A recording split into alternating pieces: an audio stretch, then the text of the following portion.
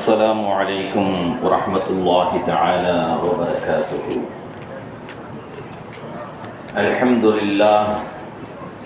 الحمد لله رب العالمين، والعاقبة للمتقين، والصلاة والسلام على رسوله أشرف الأنبياء سيد المرسلين وعلى آله وأصحابه أجمعين. أما بعد، فقد قال الله تعالى في محكم التنزيل والفرقان العظيم: فأعوذ بالله من الشيطان الرجيم بفضل بسم الله الرحمن الرحيم. الذين آتيناهم الكتاب يتلونه حق تلاوته أولئك يؤمنون به ومن يكفر به فأولئك هم الخاسرون. صدق الله العظيم. رب اشرح لي صدري ويسر لي أمري واحلل عقدة من لساني يفقه قولي. سبحانك لا علم لنا إلا ما علمتنا إنك أنت العليم الحكيم. إن أريد إلا الإصلاح ما استطعت وما توفيقي إلا بالله عليه توكلت وإليه أنيب. إن الله وملائكته يصلون على النبي يا أيها الذين آمنوا صلوا عليه وسلموا تسليما. اللهم صل وسلم وبارك عليه. اللهم صل على محمد وعلى آل محمد كما صليت على إبراهيم وعلى آل إبراهيم إنك حميد مجيد. اللهم بارك على محمد وعلى آل محمد كما باركت على إبراهيم وعلى آل إبراهيم إنك حميد مجيد. அன்பிற்கும் பெரும் மதிப்பிற்கும் மரியாதைக்கும் உரிய அல்லாஹுவின் நல்லடியார்களே, அருமை பெரியோர்களே, அன்பு வாலிபர்களே, சகோதரர்களே, நம்முடைய பகிரங்க வாழ்விலும் அந்தரங்க வாழ்விலும் அல்லாஹுவின் ஏவல்களை எடுத்து நடப்பதின் மூலமாகவும் அல்லாஹுவினால் விளக்கப்பட்டவைகளை தவிழ்ந்து வாழ்வதின் மூலமாகவும் அல்லாஹுவை பயந்த இரையச்சம் நிறைந்த தக்வாவுடைய வாழ்க்கையை வாழ்வதற்கு எனக்கும் எனது குடும்பத்தாருக்கும் உங்களுக்கும் உங்களுடைய குடும்பத்தாருக்கும் உலகில் வாழும் மூமினான ஆண்களுக்கும் பெண்களுக்கும் அல்லாஹ் தஆலா தக்வாவை இறையச்சத்தை நசீபாக்கி தருவானாக. ஆமீன். அன்பானவர்களே, அல்லாஹ் தஆலா புண்ணியம் பூக்கும் கண்ணியமான ரமலானுடைய மாதத்திலே நம்மையெல்லாம் வாழச் செய்து அந்த ரமலானை கண்ணியப்படுத்தக்கூடிய மிக முக்கியமான நோன்பென்னும் அமலை நிறைவேற்றும் பாக்கியத்தை அல்லாஹு தஆலா தந்து ராக்காலங்களிலே இது போன்று இறைவனை வணங்கக்கூடிய ஃபர்லான வாஜிபான சுன்னத்தான இபாதத்துகளை நிறைவேற்றக்கூடிய தௌஃபீத்தை நமக்கெல்லாம் அல்லாஹு தஆலா வழங்கினான். நம்முடைய இபாதத்துகள் அனைத்தையும் அல்லாஹ் கபூல் செய்வானாக. யா அல்லாஹ், இந்த ரமலானுடைய மாதத்தை உன்னால் தேர்ந்தெடுக்கப்பட்ட நபிமார்கள், சித்தியகீன்கள், சுஹதாக்கள், சாலிஹீன்கள், வலிமார்கள், நல்லோர்கள் இம்மாதத்தை எம்முறையில் கண்ணியப்படுத்தினார்களோ அவ்வாறு கண்ணியப்படுத்தும் விளக்கத்தை எங்களுக்கு தருவாயாக. யா அல்லாஹ், எங்களுக்கு தெரிந்த மட்டும் நாங்கள் செய்யக்கூடிய குறையுடைய இந்த அமலை நிறைவான அமலாக எங்களிடமிருந்து கபூல் செய்வாயாக. எங்களுடைய நல்ல துஆக்களை எல்லாம் யா அல்லாஹ் எங்களுக்கு கபூலாக்கி தருவாயாக. இம்மைக்கும் மறுமைக்குமாக கேட்கக்கூடிய யா அல்லாஹ் எங்களுக்கு தெரிந்த மட்டும் நாங்கள் கேட்கக்கூடிய துஆக்களை பழுதில்லாமல் யா அல்லாஹ் அதை ஏற்றுக்கொண்டு எங்களுக்கு நிறைவான ஈமானை உலகில் வழங்குவாயாக. நிறைவான தக்வாவை எங்களுக்கு வழங்குவாயாக. நிறைவான இஹ்லாஸை வழங்குவாயாக. நல்ல அமல்கள் செய்யும் தௌஃபீக்கை தருவாயாக. நல்லறங்கள் செய்யும் பாக்கியத்தை தருவாயாக. நல்லோரை நேசிக்கும் பாக்கியத்தை தருவாயாக. உயர்ந்த சொர்க்கத்தை தருவாயாக. நரகத்திலிருந்து எங்களை பாதுகாப்பாயாக. யா அல்லாஹ், நல்லமல்களிலே எங்களுக்கு தேட்டத்தை தருவாயாக. ஆமீன் யா ரப்பல் ஆலமீன். அன்பானவர்களே, ரமலான் மாதத்திலே அதிகமாக கடைபிடிக்கக்கூடிய அமல்களில் ஒன்று குர்ஆன் ஓதுதல். குர்ஆன் ஓதுவதிருக்கிறதே, இந்த உம்மத்தினர்களுக்கு அல்லாஹ் தந்த பாக்கியங்களில் ஒரு நிறைவான பாக்கியமாகும். பொதுவாக அமல்களை காலத்தை கொண்டு அல்லாஹு தஆலா அதன் நன்மைகளை பன்மடங்காக பெருக்கித் தருகிறான் என்பதெல்லாம் நாம் அறிந்த விஷயங்கள் தான். அல்லாஹு தஆலா காலங்களை படைத்து அந்த காலங்களிலே சிறந்த காலங்களாக ரமலானுடைய காலத்தை அல்லாஹு தஆலா ஆக்கி தந்திருக்கிறான். அதே போன்று துல் ஹஜ் மாதத்திலே ஹஜ்ஜுடைய காலங்களை சிறந்ததாக ஆக்கி தந்திருக்கிறான். அதுபோன்று ஒவ்வொரு வாரமும் ஜும்மாவுடைய நாளை சிறந்த நாளாக ஆக்கி தந்திருக்கிறான் என்பதெல்லாம் நாம் தெரிந்த விஷயங்கள் தான். நல்ல காலங்கள் என்று தெரிந்து கொண்டால் மட்டும் போதாது. அந்த ரமலான் அந்த நல்ல காலங்களை நல்ல முறையில் பயன்மிக்கதாக ஆக்கி கொள்வது என்பது ஒரு முக்கியமான விஷயமாகும். ஹஜ்ஜுக்கு செல்லக்கூடியவர்கள் எவ்வளவு பூணிப்போடு செல்கிறார்கள். அங்கு போய் எதுவும் பாவங்கள் நிகழ்ந்து விடக்கூடாது. முழுமையாக ஹஜ்ஜுடைய பாக்கியத்தை நாம் பெற்று அன்று பிறந்த பாலகனை போன்று வீட்டிற்கு திரும்ப வேண்டும் என்று ஆவலோடு தானே ஹஜ்ஜுக்கு செல்கிறார்கள், உம்ராவிற்கு செல்கிறார்கள். கஅபாவின் மாண்பை அவர்களுக்கு எடுத்து சொல்லப்படுகிறது. கஅபாவினுடைய கண்ணியத்தை விளங்கி கொண்டு செல்கிறார்கள். மஸ்ஜிது நபவியினுடைய கண்ணியத்தை விளங்கி கொண்டு செல்கிறார்கள்.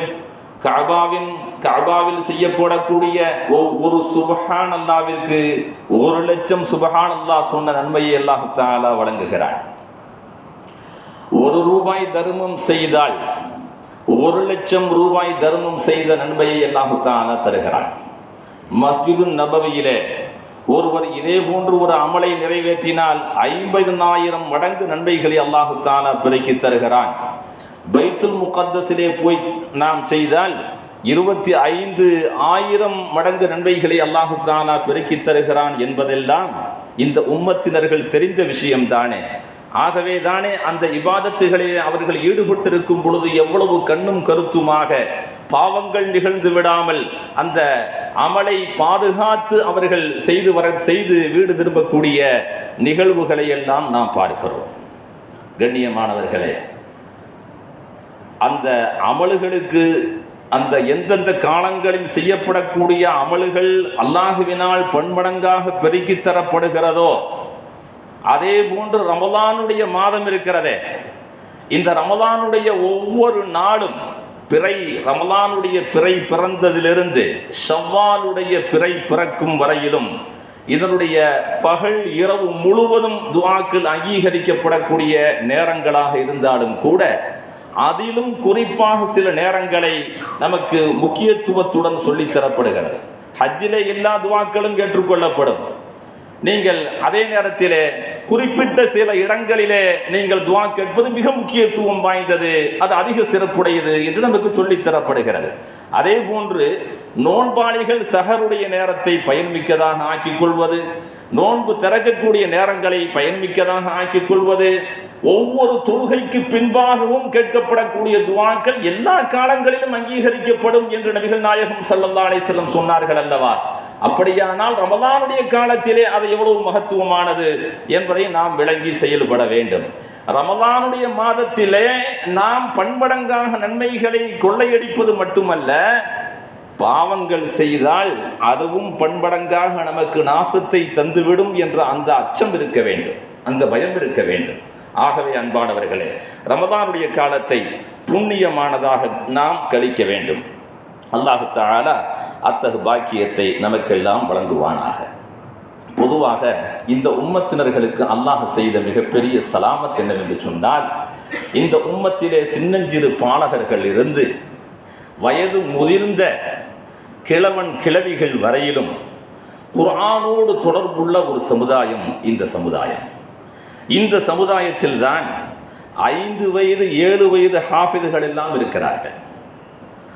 ஒருவர் குர்ஆனை மனனம் விடுகிறார் என்று சொன்னால் அது எவ்வளவு பாக்கியமானது.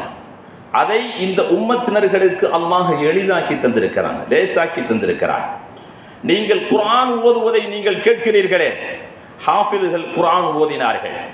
அந்த குர்ஆன் ஓதப்படும் பொழுது நபி ஸல்லல்லாஹு அலைஹி வஸல்லம் என்பவர்களுக்கு ஹஜ்ரத் ஜிப்ரீல் அலைஹிஸ்ஸலாத்து வஸ்ஸலாம் என்பவர்கள் செய்தி கொண்டு வருவார்களே வஹி, அவ்வாறு கொண்டு வரும் பொழுது எந்த பரக்கத் இளங்குமோ அந்த பரக்கத் ஹாஃபிஸ் அவர்கள் ஓதும் பொழுது அவருடைய தலையில் அல்லாஹு தஆலா இல்ஹாமாக்குகிறான், அவரின் மீது அல்லாஹு தஆலா அது போன்ற கருணையை தருகிறான் என்று அன்னலம் பெருமானார் ஸல்லல்லாஹு அலைஹி வஸல்லம் அவர்கள் சொல்கிறார்கள்.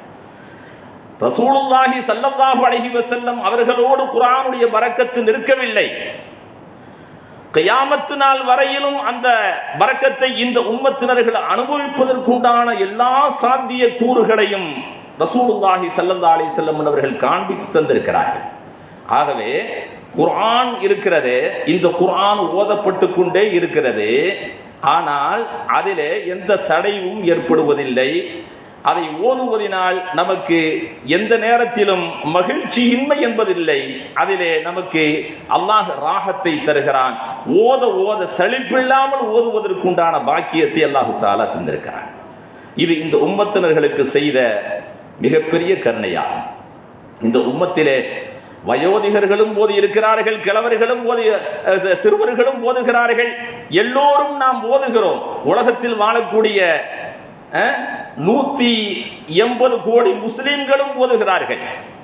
180 கோடி முஸ்லிம்களுக்கும் குர்ஆனுடைய தொடர்பு இருக்கிறது. இந்த குர்ஆனை ஓதுவதின் மூலமாக அல்லாஹு தஆலா இந்த உம்மத்தினர்களுக்கு கிடைக்க வேண்டிய ஹைரு பரக்காத்துகளை அதன் வழியாக தருகிறார். குர்ஆன் ஓதுவது இருக்கிறதே, குர்ஆனை ஓதுவதன் மூலமாக அல்லாஹு தஆலா இந்த உம்மத்தினர்களுக்கு கிடைக்க வேண்டிய துனியாவுடைய பாக்கியங்களை தருவதற்கு அல்லாஹு தஆலா இதை காரணமாக ஆக்கி வைத்திருக்கிறான். ஆகவே குர்ஆனை இறக்கப்பட்ட இந்த காலத்திலே குர்ஆனை அதிகமாக ஓதி வரக்கூடிய ஒரு சூழ்நிலையிலே குர்ஆனுக்காக வேண்டி நமக்குண்டான கடமைகள் என்ன என்று ரசூலுல்லாஹி ஸல்லல்லாஹு அலைஹி வஸல்லம் அவர்கள் சொல்லும் பொழுது, குர்ஆனை ஓதுவது என்பது நம்முடைய கடமை. திலாவத்துல் குர்ஆன், குர்ஆனை ஓதுவது என்பது இந்த உம்மத்தின் மீது கடமையாகும். அதே போன்று குர்ஆனை நாம் பிறருக்கு ஓதி கொடுப்பது என்பதும் நம்முடைய கடமையாக நபிகள் நாயகம் ஸல்லல்லாஹு அலைஹி சொல்கிறார்கள். ஹைருக்கும் மன் தஅல்லமல் குர்ஆன வ அல்லமா, உங்களில் சிறந்தவர் குர்ஆனை ஓதி பிறருக்கு அதை ஓதி கொடுப்பவர், தான் கற்று அதை பிறருக்கு ஓதி கொடுப்பவர் இருக்கிறாரே அவர் உங்களில் சிறந்தவராவார் என்று நபிகள் நாயகம் ஸல்லல்லாஹு அலைஹி வஸல்லம் அவர்கள் சொன்னார்கள்.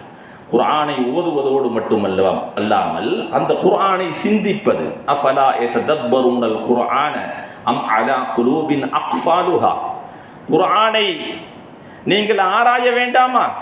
உங்களுடைய உள்ளங்கள் என்ன பூட்டால் பூட்டப்பட்டுள்ளதா என்று அல்லாஹு தஆலா குர்ஆனிலே கேள்வி கணைகளை பல்வேறு இடங்களிலே அல்லாஹு தஆலா கிளப்பி இந்த உம்மத்தினர்களை குர்ஆனை ஆராயுமாறு அல்லாஹு தஆலா சொல்கிறார். இந்த குர்ஆனை ஆராய்வது, இந்த குர்ஆனுடைய அர்த்தங்களை விளங்குவது, அது அடிப்படையிலே மார்க்க விளக்கங்களை குர்ஆனின் அடிப்படையில் பேசக்கூடிய பயானை கேட்பது, அதன் மூலமாக நம்முடைய அமல்களை சரி செய்து கொள்வது, குர்ஆனை நாம் அமல் செய்வது, இதுவெல்லாம் இந்த உம்மத்தின் மீது கடமை என்று ரசூலுல்லாஹி ஸல்லல்லாஹு அலைஹி வஸல்லம் அவர்கள் நமக்கு சொல்லித் தருகிறார்கள். அன்பானவர்களே, குர்ஆனை நாம் மட்டும் ஓதவில்லை, குர்ஆனை ஓதக்கூடியவர்கள், குர்ஆனிலே இந்த இஸ்லாத்திலே இல்லாத எத்தனையோ மனிதர்கள் குர்ஆனை ஓதுகிறார்கள். மடாதிபதிகள், சாமியார்கள்லாம் குர்ஆனை ஓதுகிறாங்க. குர்ஆனை அவர்கள் ஓதி காட்டுகிறார்கள். குர்ஆனை ஓதுவதன் மூலமாக அவர்கள் இன்பம் காணுகிறார்கள் என்பதெல்லாம் நாம் அவர்களின் மூலமாக நாம் பார்க்கும் பொழுது நமக்கு ஆச்சரியமாக இருக்கிறது. ஆனால் இந்த உம்மத்திலே சிலர் குர்ஆன் ஓத தெரியாமல் இருப்பது இருக்கிறதே, அது வேதனையாக இருக்கிறது. குர்ஆன் என்பது ஒரு பெரிய பாரதூரமான விஷயம் அல்ல. ரசூலுல்லாஹி ஸல்லல்லாஹு அலைஹி வஸல்லம் அவர்களுக்கு குர்ஆன் அருளப்படும் பொழுது எல்லோரும் சிறு வயதினர்களாக பாடகர்களாகவா இருந்தார்கள். 40 வயது, 50 வயது, 60 வயது முதியவர்கள் எல்லாம் இஸ்லாத்திலே அவர்கள் இணைந்தார்கள் அல்லவா? இணைந்தவர்கள் எல்லாம் குர்ஆனை கற்றுக்கொண்டார்கள் என்று சொல்லும் பொழுது நமக்கு அது சாத்தியம் இல்லையா? நமக்கு அந்த வாய்ப்பில்லையா? நாம் சற்று முயற்சித்தால் நாம் எத்தனையோ பாஷைகளை கற்றுக்கொள்கிறோம். நாம் நம்முடைய பொருளாதாரத்திற்காக வேண்டி எத்தனையோ பாஷைகளை நாம் கற்றுக்கொள்கிறோம், எத்தனையோ விதமான படிப்புகளை நாம் படித்துக் கொள்கிறோம். ஒரு படிப்பை படிப்பதன் மூலமாக எனக்கு வழங்கியிருக்கக்கூடிய பதவி உயரும் என்று சொன்னால், அந்த பதவி உயர்வுக்காக வேண்டி தனியாக பிரத்யேகமான முயற்சி செய்து ஊருக்கு போய் ஒரு 6 மாசம் ஒரு கோர்ஸை முடித்து விட்டு நாம் வரக்கூடிய சூழ்நிலைகளை எல்லாம் பார்க்கிறோம். இதுவெல்லாம் சாத்தியம் என்று சொல்லும் பொழுது குர்ஆனை ஓதுவது என்பது நமக்கு சாத்தியமில்லாத ஒன்றா? அல்லாஹ் தஆலா இதை எளிதாக்கி தந்திருக்கிறான். முயற்சி தான் தேவை. நாம் பார்க்கிறோம், அதாவது சில குறிப்பிட்ட சில நாட்களிலே முயற்சி செய்து பலரும், அதாவது ஹாஃபிதுகள் கலாசாலைகளுக்கு சென்று மதரசாக்களுக்கு சென்று ஒரு ஹாஃபிதாக ஆவது என்று சொன்னால் அவர்களுக்கு 2 ஆண்டுகள் 3 ஆண்டுகள் என்று அவர்களுடைய அந்த மனன சக்திக்கு தக்கவாறு நாட்களை கணக்கிட்டுக் கொள்கிறார்கள். சிலர் 1 வருடத்திலே ஹாஃபிதாக ஆவதும் உண்டு. அல்லாஹ் தஆலா அவ்வளவு எளிதாக ஆக்கி தந்திருக்கிறார். அதற்காக நாம் செய்யக்கூடிய முயற்சியும் அதற்காக வேண்டி செய்யக்கூடிய நம்முடைய ஆதங்கமும் நம்முடைய முயற்சியும் அதற்காக வேண்டி செய்யக்கூடிய ஆசையும் தான் அதற்கு காரணமாக இருக்கிறது. அவ்வாறு ஆசையும் முயற்சியும் எடுக்கும் பொழுது, அதாவது கலாசாலைகளுக்கு செல்லாமலேயே சாதாரணமாக வீட்டில் இருந்து கொண்டே ஹாஃபிதுகள் எல்லாம் இருந்து கொண்டு தான் இருக்கிறார். ஹாஃபிதுகளுடைய அதிசயத்தை பார்க்கணும்னா காயல்புணத்துக்கு போனால் பார்க்கலாம். திரும்பும் இடமெல்லாம் ஹாஃபிதுகள். மக்தப் மதரசாக்களிலே, குர்ஆன் மதரசாக்களிலே ஓதி ஹாஃபிதாகக்கூடிய ஹாஃபிதுகளை நாம் பார்க்க வேண்டும் என்று சொன்னால் நாம் காயல் பட்டணத்திற்கு போகும் பொழுது அதை பார்க்க முடிகிறது. அல்லாஹ் இந்த உம்மத்தினர்களுக்கு பெரிய பரக்கத் செய்திருக்கிறான். இந்த உம்மத்தில் தான் கோடிக்கணக்கான ஹாஃபிதுகள் இருக்கிறார்கள், குர்ஆனை மரணம் செய்தவர்கள் இருக்கிறார்கள். இதற்கு முந்திய வேதங்கள் எல்லாம் இறக்கப்பட்டது. இன்ஜீல், தௌராத், ஜபூர் என்ற இந்த வேதங்கள் எல்லாம் மனப்பாடம் செய்யவில்லை. அதாவது தௌராத் வேதத்தை ஹதரத் உஸைர் அலைஹிஸ்ஸலாத்து வஸ்ஸலாம் அவர்கள் மரணமிட்டிருந்தார்கள். மூசா அலைஹிஸ்ஸலாத்துக்கு பின்பாக ஹதரத் உஸைர் அலைஹிஸ்ஸலாத்து வஸ்ஸலாம் அவர்கள் தௌராத் வேதத்தை மரணமிட்ட ஒரே நபர். அவர் மரணமிட்டு அதை அந்த மக்களுக்கு ஓதி காட்டியதின் காரணமாக அவரை இறைவனின் குமாரர் என்று அவர்கள் வியப்போடு பார்த்தார்கள், ஆச்சரியமாக பார்த்தார்கள். தௌராத்து ஒரே ஒரு ஆள் மனப்பாடம் செஞ்சிருந்தாரு அந்த உம்மத்தில். அவரை வியப்போடு அந்த மக்கள் பார்த்ததற்கு காரணம் என்னவென்று சொன்னால் தௌராத்து வேதத்தை மரணமிட்டிருந்ததுதான் காரணம் என்பதை வரலாற்றிலே நாம் பார்க்கிறோம். அல்லாஹ் தஆலா குர்ஆனிலே இந்த உம்மத்தினர்களை பார்த்து பேசுகிறார். அலிம அன் சயகூனு மின்கும் மர்தா வ ஆகரூன யத்ரிபூன ஃபில் அர்தி யப்தகூன மின் ஃபத்லில்லாஹ். உங்களிலே பலர் நோயாளிகளாக இருப்பதை அல்லாஹ் சொல்கிறான், எனக்கு தெரியும். உங்களிலே சிலர் நோயாளிகளாக இருக்கிறீர்கள் என்பதை நான் அறிகிறேன். அலிம அன்சயகூனு மின்கும் மர்தா வாஹரூன யத்ரிபூன ஃபில் அர்தி யப்தகூன மின் ஃபத்லில்லாஹ். அதே போன்று உங்களிலே சிலர் இரவும் பகலும் உழைக்கக்கூடியவர்களாக, பொருள் தேடக்கூடியவர்களாக, பொருள் தேடுவதிலே அதிக முயற்சியுடையவர்களாக நீங்கள் இருந்து அதற்காக வேண்டி அல்லாஹ்வுடைய அருளை தேடி ரிஸ்கை தேடி நீங்கள் அலையக்கூடிய அந்த நிகழ்வையும் அல்லாஹ் தஆலா தெரிந்துதான் வைத்திருக்கிறார். அதையும் அல்லாஹ் தஆலா தெரிந்துதான் வைத்திருக்கிறார். வாஹரூன யத்ரிபூன ஃபில் அர்தி யப்தகூன மின் ஃபத்லில்லாஹி வாஹரூன யுகாத்திலூன ஃபீ சபீலில்லாஹ். அதை போன்று உங்களிலே சிலர் இந்த மார்க்கத்தை பரத்துவதற்காக வேண்டி, மார்க்க சேவை செய்வதற்காக வேண்டி, இஸ்லாத்தை பாதுகாப்பதற்காக வேண்டி அவர்கள் உயிர் தியாகம் செய்ய துணிந்து போர்க்களங்களிலே ஈடுபட்டு அவர்கள் போர் செய்யக்கூடிய அளவிற்கு தங்களை தியாகம் செய்யக்கூடியவர்களும் இருக்கிறார்கள் என்பதையும் அல்லாஹ் அறிந்து கொண்டுதான் இருக்கிறான். அல்லாஹ் இப்படியே நம்மை பார்த்து பேசிக்கொண்டே வந்து அடுத்து அல்லாஹ் தஆலா சொல்கிறான், ஃபக்ரஉ மா தயஸ்ஸர மின். நீங்கள் நோயாளிங்கிறது முடியாமல் இருக்கிறீங்கிறது எனக்கு தெரியும்.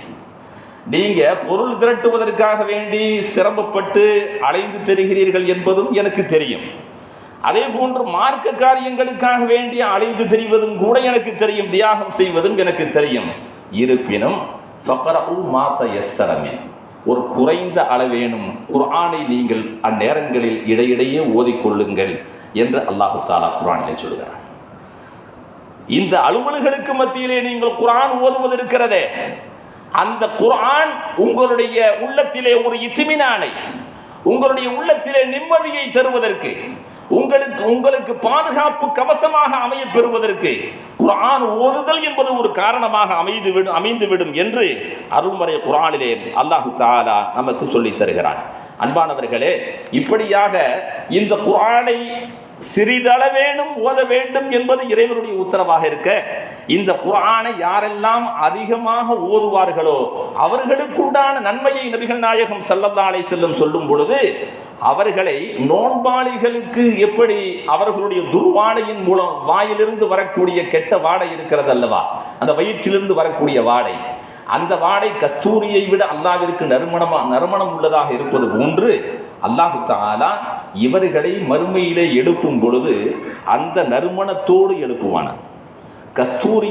கஸ்தூரியின் மூலமாக வரக்கூடிய நறுமணத்தை போன்று குர்ஆனை துனியாவிலே ஓதிக்கொண்டிருந்தார்களே, அதிகம் ஓதினார்களே, அவர்களை அடையாளப்படுத்துவதற்காக வேண்டி அல்லாஹு தஆலா கஸ்தூரியின் வாடையோடு அவர்களை எழுப்புவான்.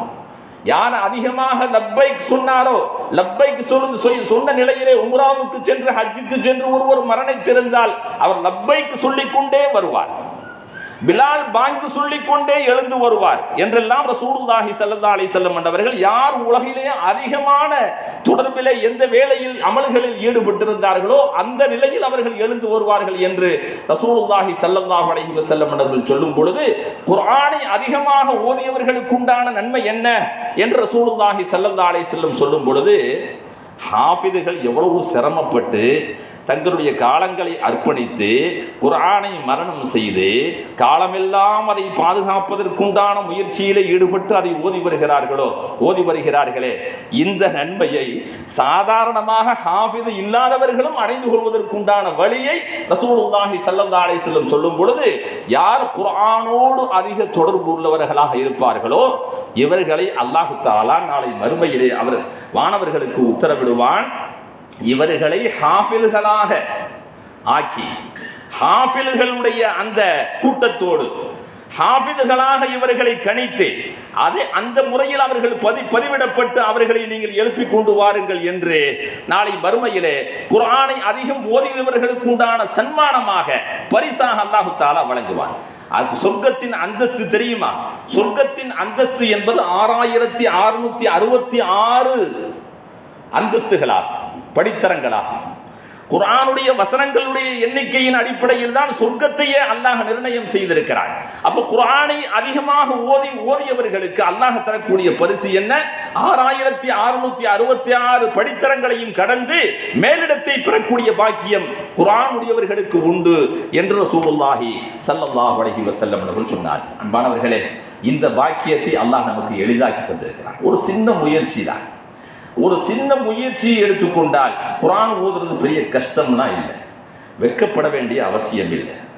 ஒரு 3 மாதம் இமாமோடு நீங்கள் தொடர்பாகி அல்லது அவர்கள் சொல்லக்கூடிய ஒரு நபரை நமக்கு ஓதி கொடுப்பதற்காக குர்ஆன் ஓதுவதற்கு போய் பெரிய ஆலிமாக ஹாஃபிலாக பெரிய முஜத்திதாக இருக்க வேண்டும் என்று அவசியம் இல்லை. ஒருவருக்கு குர்ஆன் ஓத தெரிந்தாலே அடுத்தவருக்கு ஓதி கொடுக்கலாம். ஹைருக்கும் மன் தஅல்லமல் குர்ஆன வ அல்லமா. யாருக்கு குர்ஆன் ஓத தெரியுமோ அவரெல்லாம் ஆசிரியர் தான், அவர்களெல்லாம் பிறருக்கு ஓதி கொடுக்கக்கூடிய பக்குவம் பெற்றவர்கள் தான். இப்படியாக இதை எளிதாக நாம் ஓதி கொண்டோமையானால் இந்த நன்மைகளை எளிதாக பெற்றுக்கொள்வது என்பது நமக்கு சாத்தியமாக ஆகிவிடும். அல்லாஹ் தஆலா அத்தகைய பாக்கியத்தை நம் அனைவர்களுக்கும் தந்து நல்லருள் பாலிப்பானாக. வஆஹிரு தஅவானா அனில் ஹம்துலில்லாஹி ரப்பில் ஆலமீன். ஆமீன். பிஸ்மில்லாஹிர் ரஹ்மானிர் ரஹீம். அல்ஹம்துலில்லாஹி ரப்பில் ஆலமீன் ஹம்தன் யுவாஃபி நிஅமஹு வ யுகாஃபி மஸீதா வஅஃப் அன்னா யா கரீம் யா ரஹீம் யா அல்லாஹ். اللهم صل على رسولك سيدنا محمد وعلى آل سيدنا محمد وبارك وسلم عليه. اللهم يسر لنا أمورنا مع الراحة لقلوبنا وأبداننا والسلامة والعافية في ديننا ودنيانا وكلنا وليا وكلنا حفيظا برحمتك يا أرحم الراحمين.